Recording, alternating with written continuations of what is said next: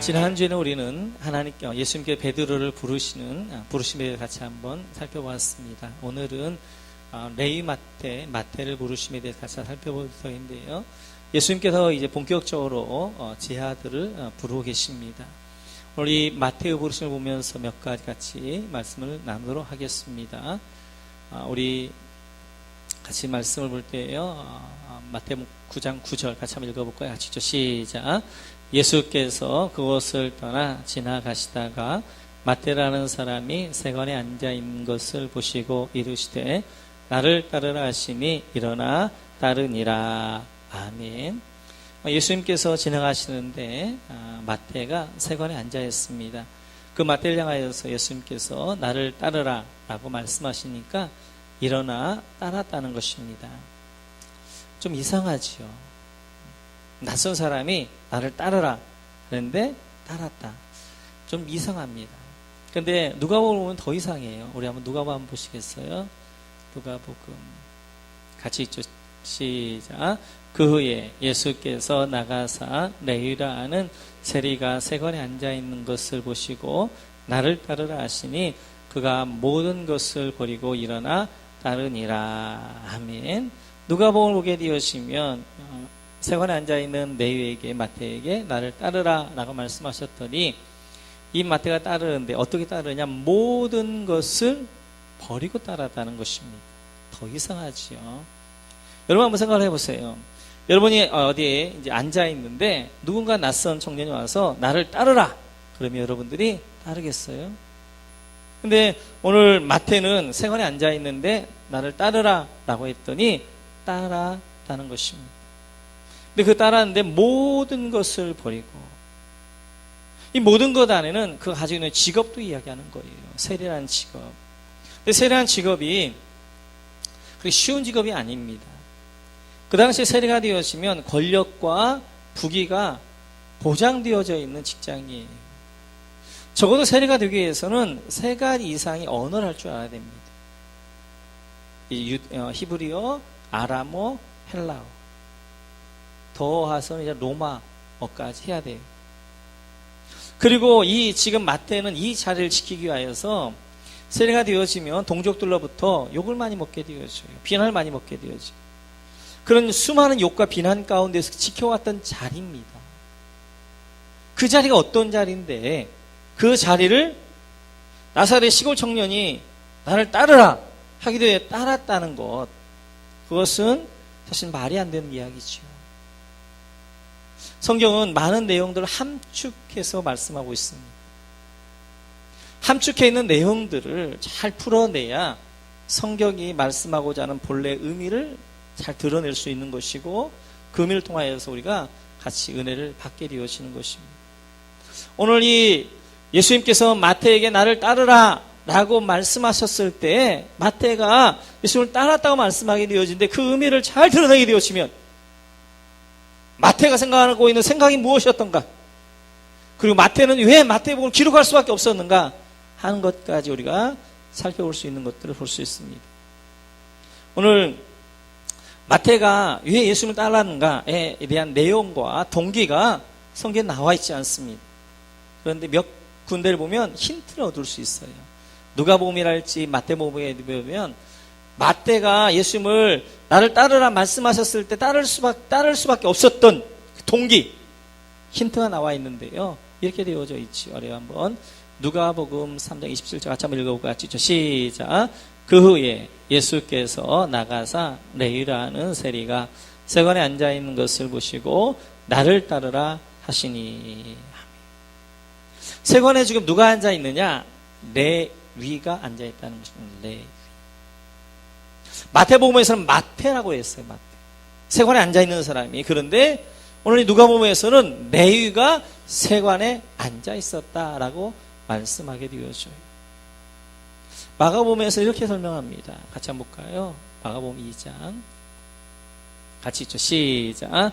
또 지나가시다가 알페오의 아들 레위가 세관에 앉아있는 것을 보시고 그에게 이르시되 나를 따르라 하시니 일어나 따르니라.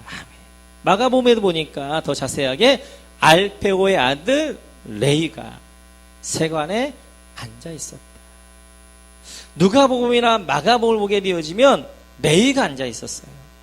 그런데 마태복음에서는 마태가 앉아 있었어요. 이 두 인물이 어떻게 되어지느냐? 두 인물이 같은 인물이에요. 예수님이 부르시기 전에 이 마태의 이름은 레위였어요. 근데 예수님이 부르신 이후에 그 이름이 마태로 바뀌어지는 거예요. 마치도 베드로가 시몬이었는데 예수님이 부르셔서 그로 하여금 베드로가 되게 하셨던 것처럼. 그래서 마가복음 3장에 보면 예수님이 12제자 나오는데 2장에서는 레위 이렇게 이야기하는데 3장에서 예수님이 제자로 되어졌을 때는 마태 이렇게 이야기하게 되어져요. 예수님 만나기 이전 그의 이름은 레위였던 것들을 볼 수 있어요. 레위라는 말은 그가 레위 지파라는 이야기예요. 왜냐하면 세례 요한의 이름을 지을 때 보니까 유대인들의 이름을 짓는 이름은 어떻게 짓느냐? 그의 조상들 가운데 위대한 사람, 본받을 만한 사람, 이 아이가 그런 인물과 됐으면 좋겠다는 그 인물의 이름을 따게 되어지는 거예요. 그럼 레위 지파가 아니면 레위란 이름을 딸 수가 없는 거예요. 그러면 이제 마태가 원래 이름이 레위였던 것도 볼 수 있습니다. 레위라면 마태가 지금 어디 앉아 있느냐? 세관에 앉아 있는데요. 그러면 레위 지파, 레위라면 마태가 어디 앉아 있어야 되느냐? 민수를 보면 이렇게 말씀하게 되어지죠. 민수기 보겠습니다. 같이 읽죠. 시작. 레위 지파는 나아가 제사장 아론 앞에 서서 그에게 시종하게 하라. 그들이 회막 앞에서 아론의 직무와 온 회중의 직무를 위하여 회막에서 심무하되. 레위 지파는 어디에 앉아 있어야 되느냐? 제사장 곁에 있어야 됩니다. 제사장이 심무하는 것을 돕는 역할들을 레위 지파가 하게 되어지는 거예요. 그리고 레위 지파는 성전에 앉아 있어야 되는 거예요. 성전에 앉아 있어야 될 레위 지파의 레위 마태가 지금 어디에 앉아 있느냐? 세관에 앉아 있는 것입니다. 성전과 세관은 정반대예요. 성전은 하나님이 왕입니다 라고 선포하는 곳이 성전이라면 세관은 하나님의 왕이 아니라 돈이 왕입니다. 로마의 힘이 권력이 왕입니다 하는 곳은 세관이 되어지는 거예요. 하나님과 재물을 겸하여 섬길 수 없다라고 말씀하신 것처럼 하나님은 하나님, 세관 이제 재물은 재물 선택하라 말씀하신 것처럼 성전에서 하나님이 왕입니다라고 고백하고 선포해야 되는 이 레위 지파 레위가 지금 어디에 앉아 있느냐? 세관에 돈이 왕입니다 하는 그 자리에 앉아 있는 것입니다. 그렇다면 왜 성전에 앉아 있어야 되는 레위가 왜 지금 세관에 앉아 있느냐 하는 것이죠. 마태복음 힌트를 보게 되었으면 이 레위 마태가 많은 고민을 했던 것 같아요. 그들의 환경들을 보면서 상황을 보면서 나라 형편들을 보면서 정말 하나님은 살아계신가? 하나님은 정말 우리나라를 선택하셨나? 우리 선민인가? 만약 우리 하나님이 살아계시고 우리 정말 선민이라면 400년 동안 나라를 잃어버리고 바벨론에게 페르시아에게 헬라에게 로마에게 이렇게 짓밟힐 수 있나? 하나님이 천지를 창조하신 창조주라면 그 선택한 민족이 이렇게 되어줄 수 있나? 이런 많은 갈등과 고민했던 것 같아요. 그 갈등과 고민과 자기의 상황들을 보면서 이 레위 마태가 내린 결론은 하나님은 없거나 하나님은 우리 민족을 버렸다 하는 결론을 내리게 되었습니다. 하나님이 우리를 버렸다면 이제 내가 하나님 버린다 라고 해서 성전에 앉아 있어야 될 이 레위가 마태가 하나님을 버리고 돈이 왕입니다라는 자리 세관에 앉아 있는 것입니다. 저도 목사 안수를 받기 전까지 참 많은 고민들을 했어요. 어떤 고민들을 했냐면 정말 하나님은 계신가? 이 성경은 정말 사실인가? 왜냐하면 목사가 되어지면 말씀을 전해야 되고 하나님을 풀타임으로 섬기게 되어지는데, 만약 하나님이 안 계시고 성경에 사실이 아닌데 한다면 미친 짓이잖아. 인생이 두 번 있는 것도 한 번밖에 없는 인생인데, 내 전인생을 여기다 걸었는데 이게 나중에 안 되고 꽝이면 이건 아무것도 아닌 거잖아. 그래서 목사가 되기 전까지 많은 고민들을 했어요. 많은 생각들을 했어요. 그리고 성경을 읽기 시작하면서 한번 부정할 수 있는 내가 한번 부정을 해봤어요. 그런데 부정하면 부정할수록 내 안에서 끌어오는, 부정할 수 없는, 절대 부인할 수 없는 한 가지는 하나님은 살아계시다. 할렐루야. 성경 사실은 할렐루야. 사실이고 하나님 살아계시다는 것이 너무나 확연해지는 거예요. 그것이 확신되어지면서 목사로서 받고 이제는 뒤돌아 안 보고 앞만을 향하여 나아가게 되어지는 것입니다. 이렇듯이 마태도 젊은 날에 자기의 상황과 환경을 보면서 많이 고민을 하게 되어졌어요.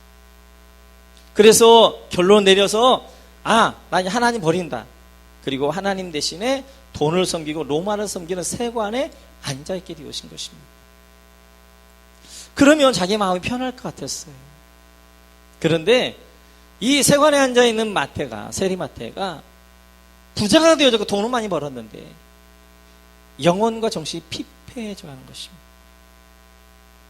그러던 어느 날 이상한 소식이 하나 들리게 되어지는 거예요. 갈릴리에 나사렛 청년이 하나 나타났는데 스스로 메시아라고 그러고 놀라운 일들을 행한다는 것입니다. 혼인잔치집에서 물이 포도주가 되게 하게 되어지고, 또 죽은 사람이 이제 많은 병자들이 낫게 되어지고, 수많은 이적들이 나게 되어지고, 그리고 예루살렘에 올라가서 성전을 다 뒤집어 엎어버리고, 또 거기서도 수많은 이적과 기적과 표적들을 행한다는 소식을 듣게 되어지는 거예요. 그러면서 이 레위 마태가 예수님에게 집중하기 시작합니다. 예수님을 알아보기 시작하는 거예요. 예수님이 어디서 태어났는가? 그분의 어린 시절 어땠는가?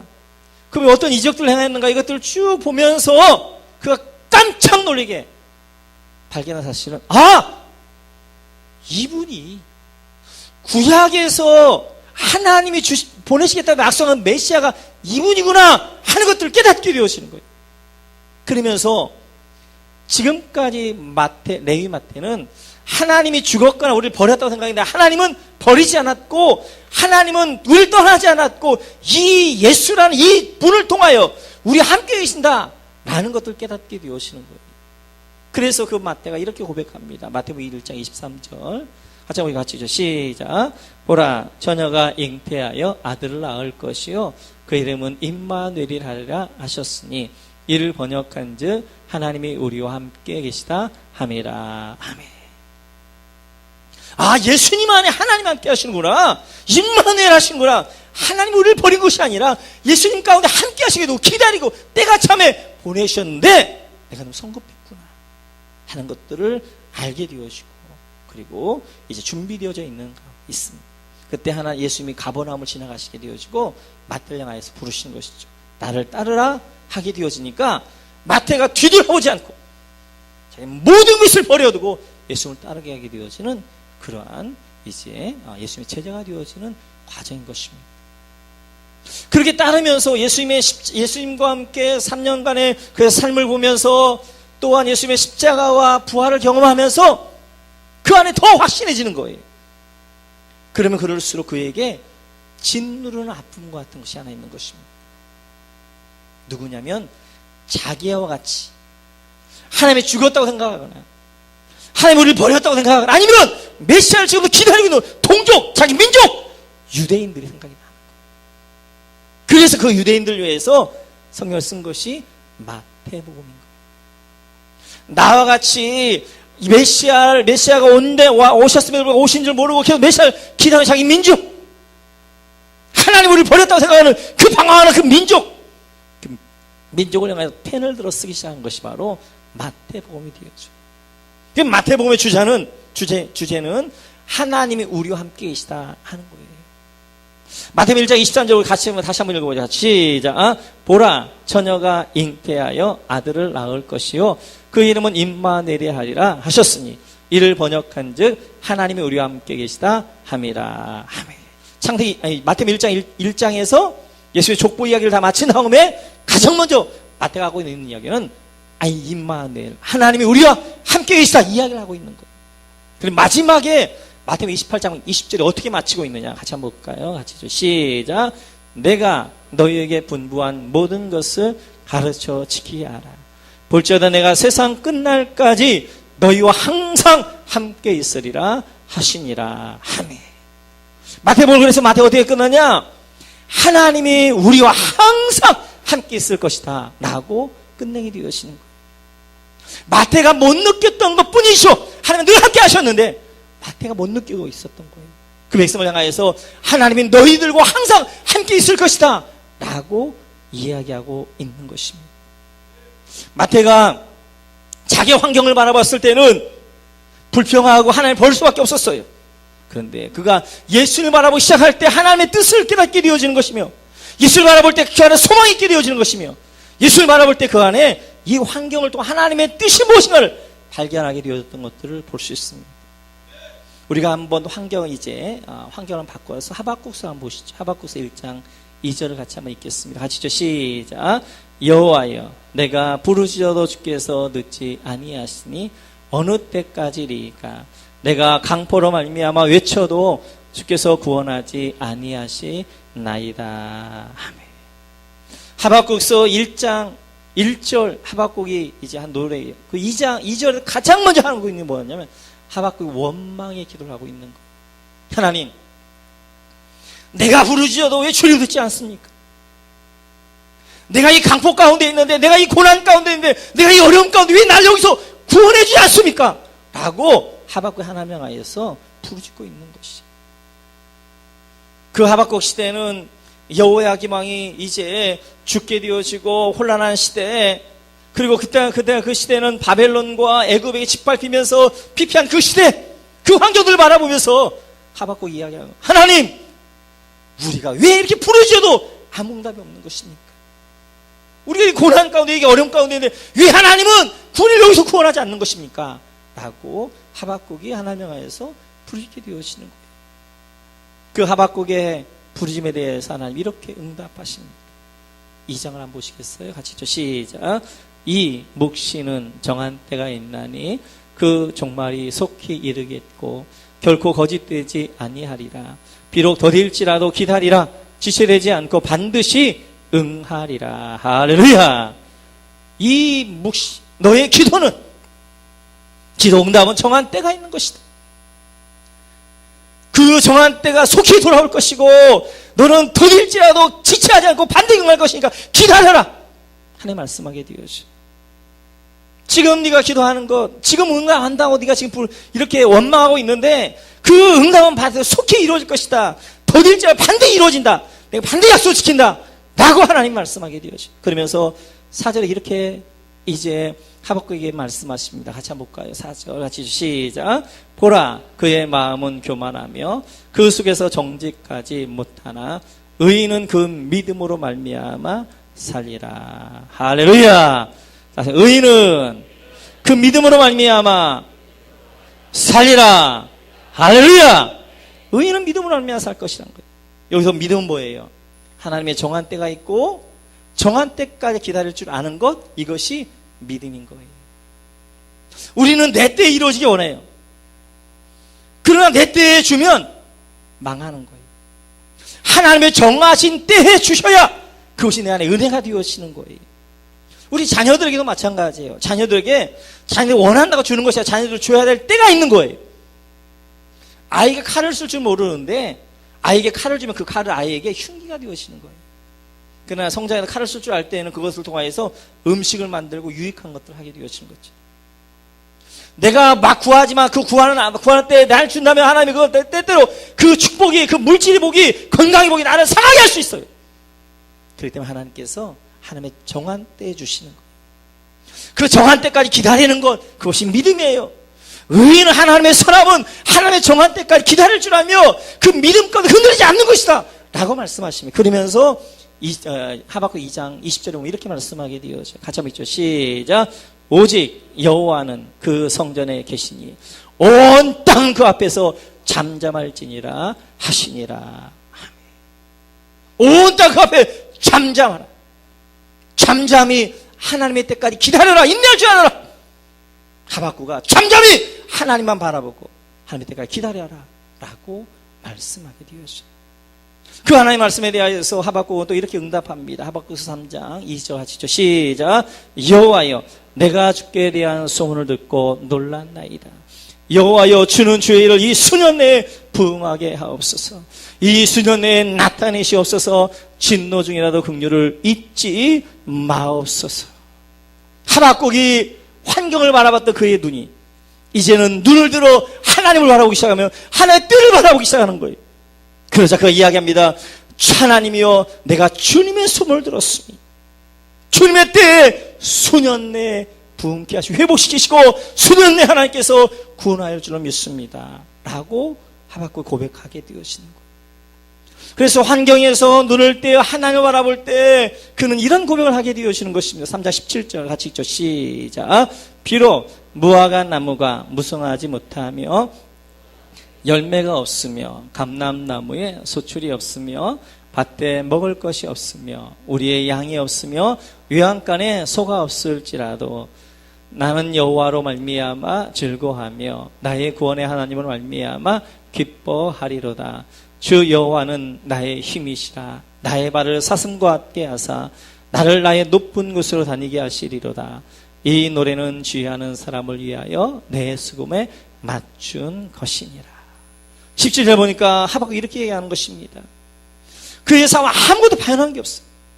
여전히 동일하게 무화과 나무가 무성하지 못하고 포도나무에 열매가 없고 감람나무에 소출이 없고 우리의 양과 소가 없다 할지라도 바뀐 게 하나 있는데 이제는 환경이 아니라 18절 보니까 여호와로 말미암아 감사하니 여호와로 말미암아 기뻐하리라. 그리고 이 19절 보니까 하나님이 나의 힘이시며 나의 소망이십니다. 하나님께 힘과 소망 그분께 이제 올려드린 것들을 볼 수 있습니다. 마찬가지로 우리가 이 세리 마태처럼 아니면 하박국처럼 이렇게 우리가 원망하며 불평할 수도 있어요. 하나님 정말 살아계신 것입니까? 내가 이렇게 내 양뼈에 이렇게 기도가 부르짖는데도 왜 하나님 아무런 응답이 없는 것입니까? 하나님 내 형편을 아시지 않습니까? 내 고난 현장 가운데 내가 이렇게 고통하며 애통하고 있는데 하나님 왜 나를 돌아보지 않습니까? 라고 우리가 하면 원망할 수도 있습니다. 우리 시선을 우리 환경에 두게 되어지면 사단은 환경을 통해 우리를 넘어뜨리게 되어지니 우리 이제 이런 환경과 상황 고난과 현장만 보게 하는 거예요.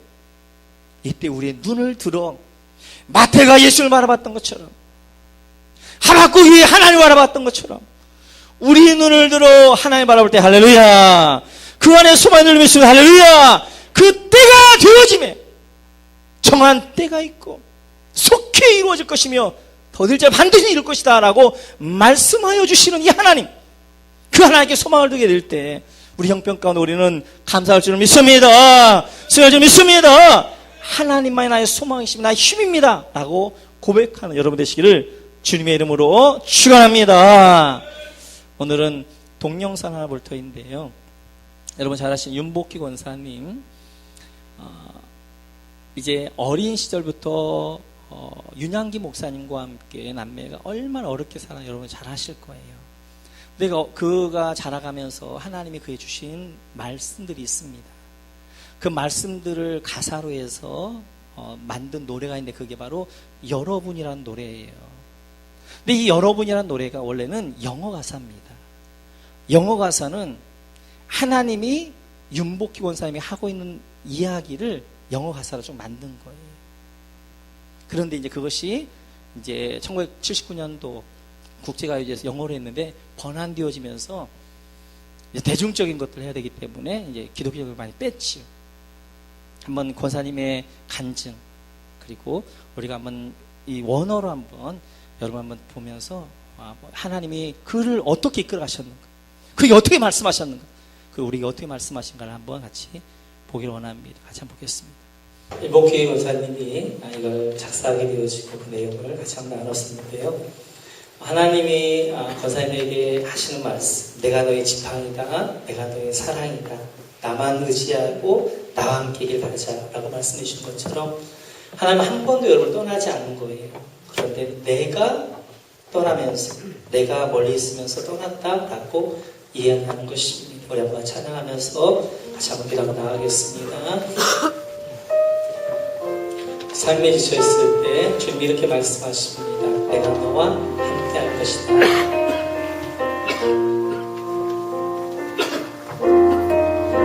삶에 지쳐있을 때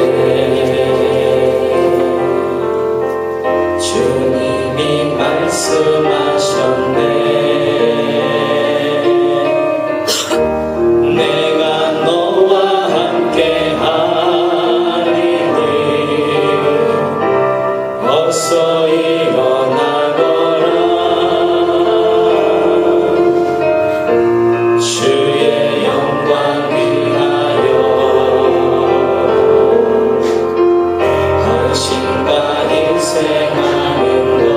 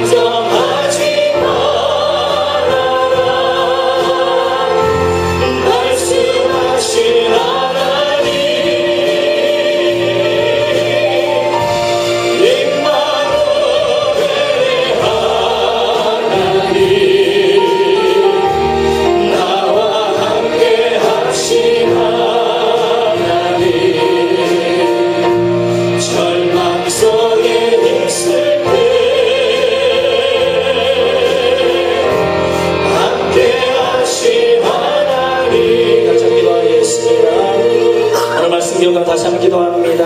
여러분 어떤 상황 가운데 있다 할지라도 하나님이 여러분 함께 하십니다.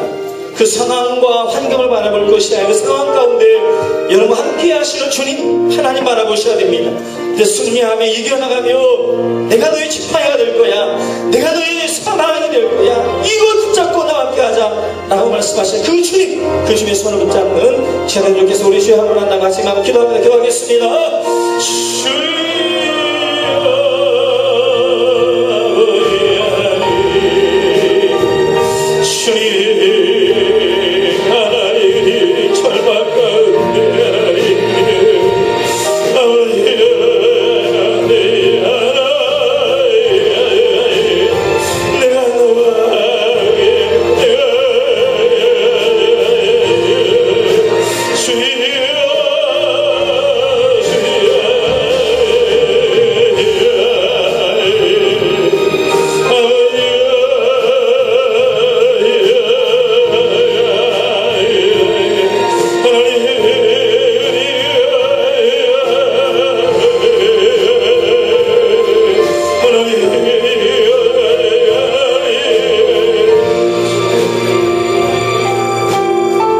살아계신 아버지 하나님, 어려움 가운데 있을 때, 고난 현장 가운데 있을 때, 하나님 아무도 모르는 남 모르는 그 깊은 밤에 하나님 눈물을 흘릴 때, 하나님 도저히 일어날 힘조차 없어서 하나님 쓰러져 있을 때, 그곳에도 하나님 함께한 줄로 믿습니다. 환경 바라보지 않게 하며 주님 바라보며 주님만이 나의 소망이며 힘이라고 고백하는 저희 모두가 될 수 있게 도와 주옵소서. 감사하며 예수님의 이름으로 기도하옵나이다.